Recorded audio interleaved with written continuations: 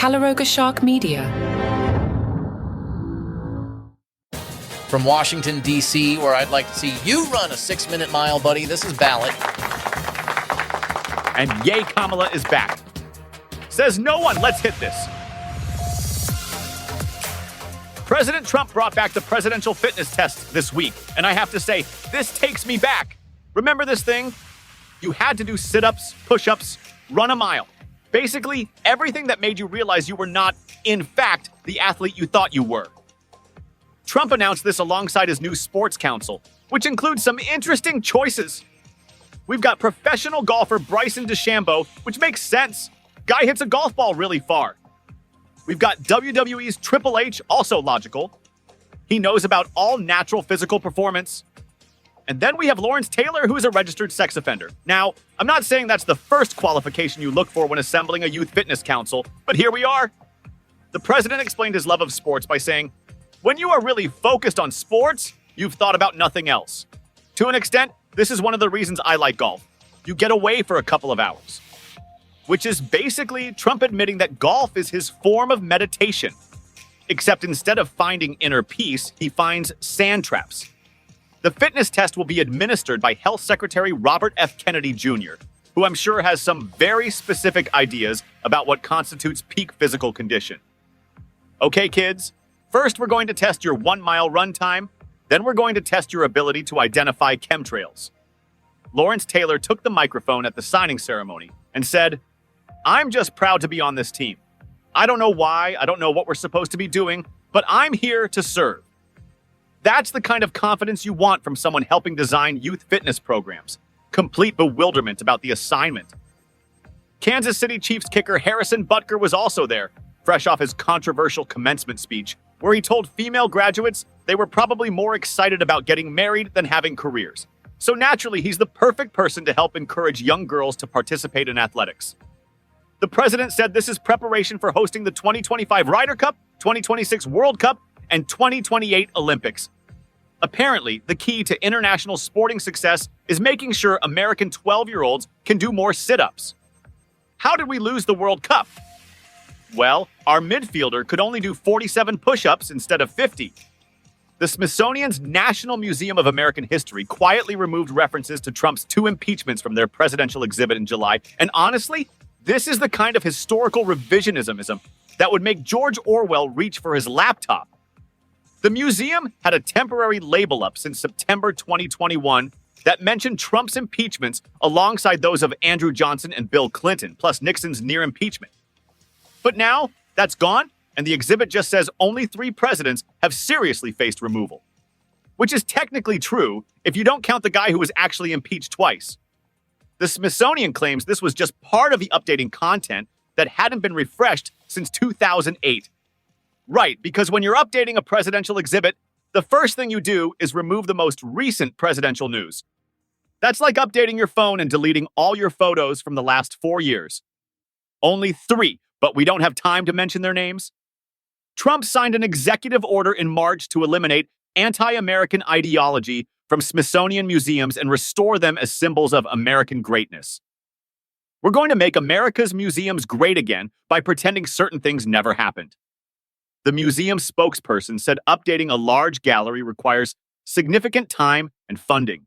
But somehow, they found the time and funding to remove Trump's impeachments. What if everything you've been taught about happiness is wrong?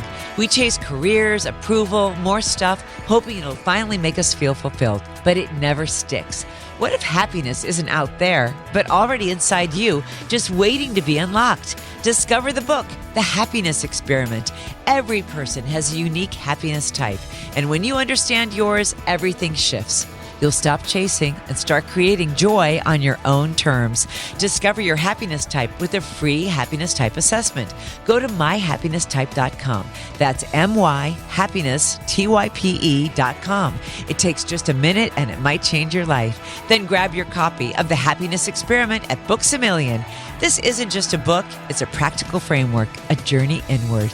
It's a tool to help you reconnect with the happiness that's been waiting inside you all along. Pick up The Happiness Experiment and start your happiness experiment today.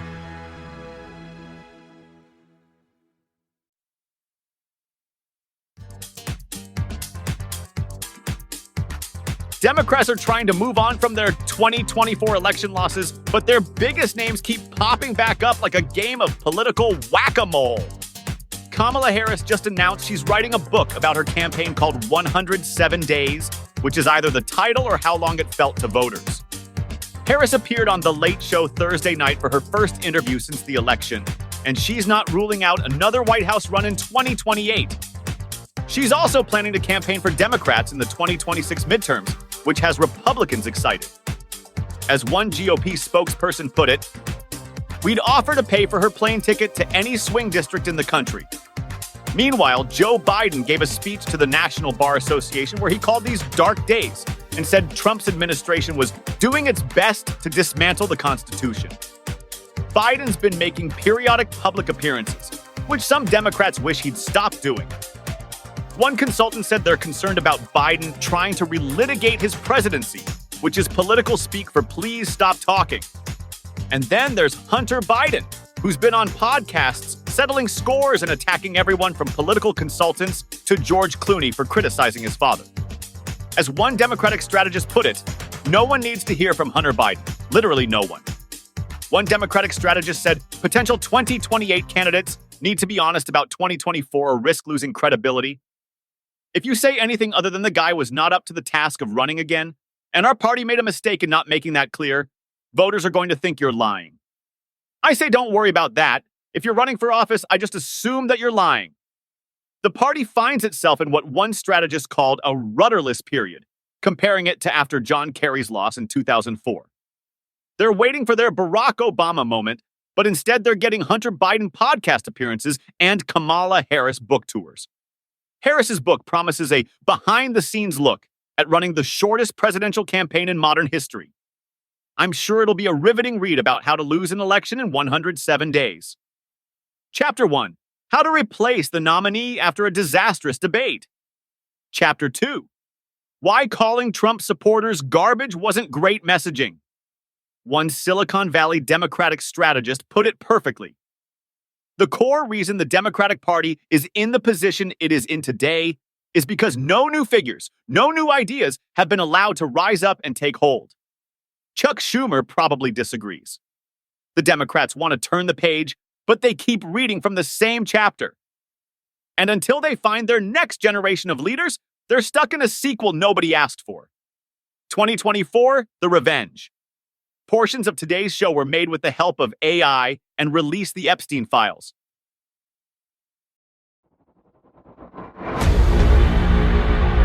You can call me James. I spent 23 years designing aircraft that officially don't exist for agencies you think TV made up. Until I started asking the wrong questions. Navy ships are recording objects moving at impossible speeds. Infrastructure is failing in coordinated patterns. The moon looks smaller than it did 10 years ago. None of this is a coincidence. The official explanations don't add up. This is Paranormal Aliens, where we connect the dots they don't want connected.